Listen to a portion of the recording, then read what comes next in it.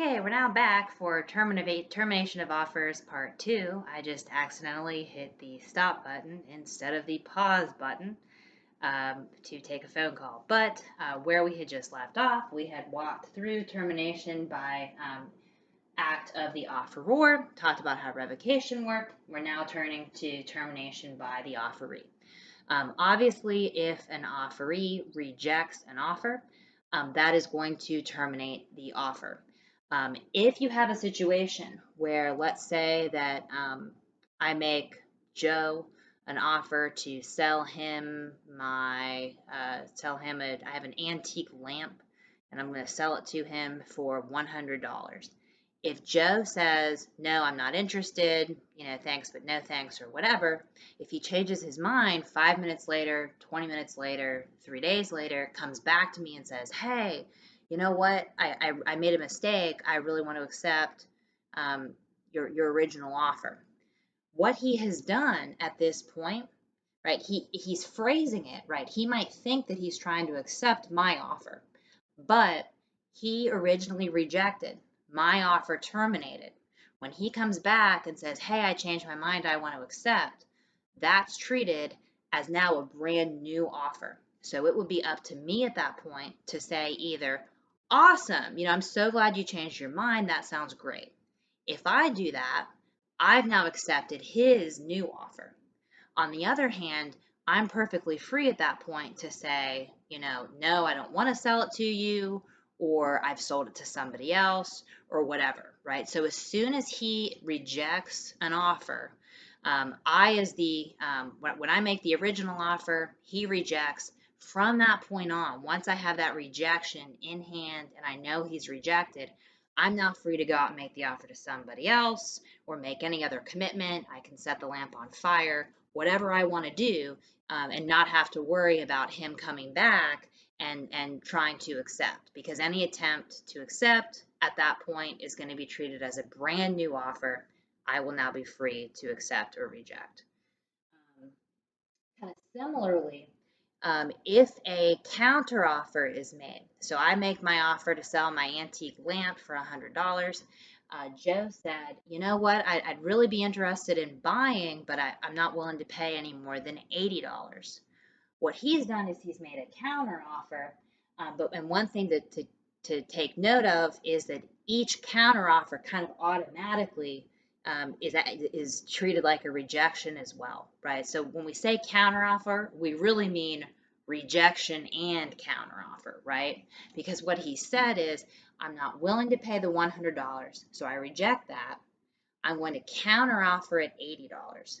So now Joe has sort of become the new offeror, and now I'm the offeree at that $80 price point. So likewise, right, I can accept, I can just reject full on, or maybe I'm going to come back in the negotiation and say, look, I can come down to 90, but that's really as far as I'm willing to come down. Okay? If I do that, now I've rejected the $80 offer, made a counter offer at $90. Now I'm the offeror, and Joe's in the position of the offeree.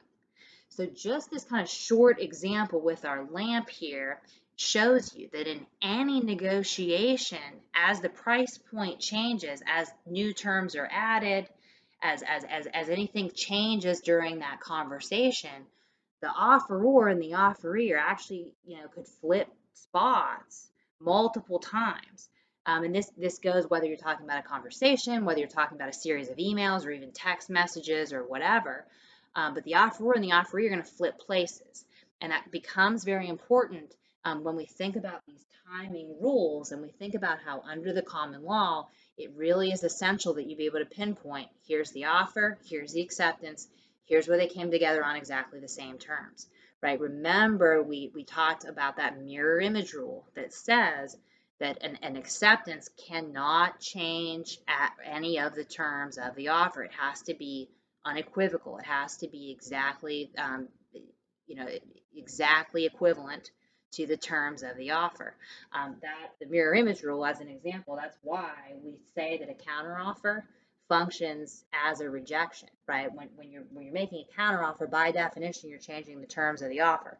And so we say under the mirror image rule, that cannot be an acceptance. We're treating that as a brand new offer. You would be surprised to see how many cases there are. And if you open up a law school contracts textbook, you'll find case after case after case after case where you ended up with a misunderstanding, and one party in a conversation thought, yep, we had an agreement on terms X, Y, and Z, and the other party either thought they never came to an agreement or thought, yeah, well, we had an agreement, but the terms were A, B, and C, right? Not X, Y, and Z. And it's because that they sort of lost track of where they were in that offer, counter offer, offer, counter offer, back and forth, back and forth, back and forth. And as part of a negotiation. Now, that's much less likely to see under the Uniform Commercial Code, as we said, because we look sort of at the big picture. We don't get super nitpicky about where exactly the offer and the acceptance happen. But in the common law, it is certainly possible. So again, it seems a little bit weird to be thinking in these terms and trying to be very precise in the middle of an actual negotiation, but it is important to keep track of what the terms are, what's under discussion, where have we finalized things, and this is another reason why I always recommend get your contracts in writing. It's much easier to avoid misunderstanding when you've got everything written down right there. If there's something that gets written down that one party goes, hey, wait a minute, like I don't remember talking about that, right? That's not what I remember us discussing. Well, guess what? You're able to figure that out and work that dispute out before you've actually signed anything and entered into the contract. And that's when you want to clear up those misunderstandings, is before you sign the contract, right? Not after the fact. After the fact, that's how we end up in court, and we don't want to do that. All right, so that finishes us with act of the party, and we can turn now briefly to operation of law. The most important one, I would say, as far as like the most common one that you would expect to see, is lapse of time. So this happens two different ways. If the offer itself says that an offer or that acceptance must be made within 5 days or whatever, that is going to govern. And so after those 5 days pass, if the offeror has not heard anything from the offeree, the offeror can say, look, my 5-day deadline is passed. I made it very clear in my offer that there was this 5-day time limit. And now the offeror can go out and is free to make the offer to somebody else or do whatever he wants to do, does not have to worry about any attempts at acceptance. If 7 days go by and our offeree comes to the offeror and says, oh, hey, I want to accept, that's not an effective acceptance, because acceptance did not happen before the offer terminated. Acceptance happened after that 5 days. Now, that's not to say, right, on the 7th day, the offeree comes back and says, hey, I want to accept. If I'm the offeror and I haven't sold it to somebody else, or, haven't made the offer to somebody else, I'm perfectly free to say, oh, awesome. Okay, sounds good. But what we have to remember is when the offeree comes back to me on the 7th day after that 5-day deadline, the offeree is actually making a brand new offer, right? He now becomes the offeror.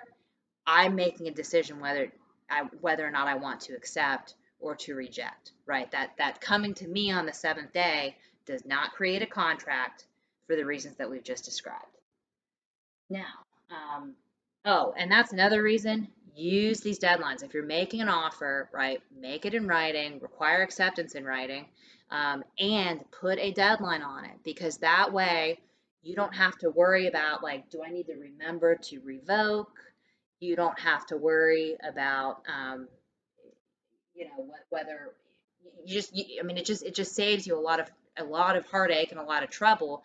Just give them, say, look, if you want to accept, I need to hear from you in 3 days or 5 days or a week or whatever it is. Put a clear deadline on it. And then after that point, if you haven't heard anything back, awesome, no big deal. You can go and do whatever you want, and you don't have to worry about having a situation where somebody can still come back and accept at some weird time that you weren't expecting. All right. However, if you forget a deadline in your in the actual terms of the offer, the default rule here is that an offer terminates after a reasonable period of time. Now, that should make you go, right? Another reason, just use the deadline. Because a reasonable amount of time, that varies a lot depending on the situation. It varies on the type of the offer. It varies based on whether it's a big deal transaction versus just a minor casual conversation. I mean, there's all kinds of factors that could go into determining what is a reasonable period of time. You don't want to get into that. You don't want to get into that. It's very fuzzy, and you're just not going to really have a certain solid answer. I would say the best practice would be if you made an offer and forgot to put a deadline on it. Okay, do not rely on this lapse of time. If it's been a while, you haven't heard back from the offeree, and you're ready to go out and make the offer to somebody else, at that point, you need to do an express revocation. Get back in touch with the first offeree and say, hey, I haven't heard from you. I wanted to let you know, like, I'm going to be making the offer to somebody else. Um, I just wanted to give you a heads up or whatever. But do something that revokes before you go out and try to make that deal with anybody else. Because otherwise, if you have your first offeree come back to you and try to accept, and you're sitting there going, well, I hadn't heard from you in 2 weeks, so I sold it to someone else. What happens then if the offeree comes back and is like, well, but, I thought, you would have given me more than 2 weeks to decide and blah, blah, blah, blah, blah. And yes, there have been cases that have ended up in court over whether or not acceptance took place within a reasonable time of the offer. So just don't rely on that default rule. There's easy ways to work around it. But that's always the best practice is don't rely on that. All right, the final three under operation of law, I think are fairly straightforward and probably less common. Death of the offeror will terminate an offer. An offer is, again, not a contract. A contract will continue and is something that the obligation would need to be honored by the offeror's estate. But if it's just the offer that has not been accepted, death of the offeror will terminate the offer. Destruction of the subject matter is another one. If I offer to sell you my car and then it's destroyed in a fire or a hurricane or something like that before you accept, that's going to terminate the offer, even if you try to come back and accept. The final one is actually illegality, and this one, up until recent events, I never had really come up with a very great example for this. I would always kind of say, well, this is pretty unlikely, because you have to have a situation where I make an offer that's perfectly legal, and then before you actually have the opportunity to accept, something happens, and now the terms of my contract are illegal. And I always kind of thought, well, I mean, how likely is it that that would happen? But this recent pandemic situation that we're in actually made me think, hey, maybe there is a chance of this occurring, or seeing something like this take place. Think about how an emergency declaration, right, whether it's a declaration of a national emergency or a statewide emergency, a lot of these kind of official emergency declarations mean that a whole lot of new emergency state laws go into effect, right, that are not in effect during non-emergency times. So think about stuff like price gouging laws. Think about things like limitations on interest rates for loans or things along those lines. So you may have a situation where I make you an offer. Shortly after, there's some sort of a natural disaster, or there's some sort of, heaven forbid we ever see it again, but there's some sort of a pandemic kind of a situation like we're dealing with now. Even like some kind of a war declaration or a terrorist attack. I mean, anything like along those lines that could happen and result in a declaration of a state of emergency.